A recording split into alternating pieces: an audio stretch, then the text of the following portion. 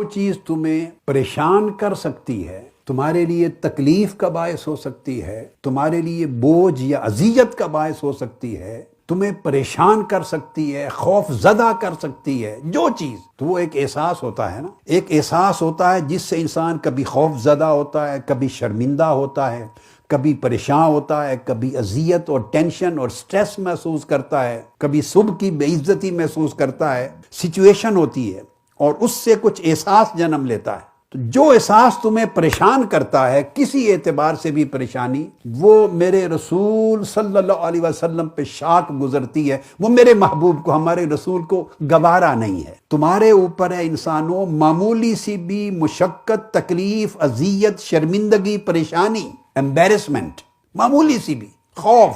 تو جو احساس تمہیں اس پریشانی میں مبتلا کرے وہ میرے رسول کو گوارا نہیں ہے، وہ برداشت نہیں کرتے کہ انسانیت کو تکلیف پہنچے۔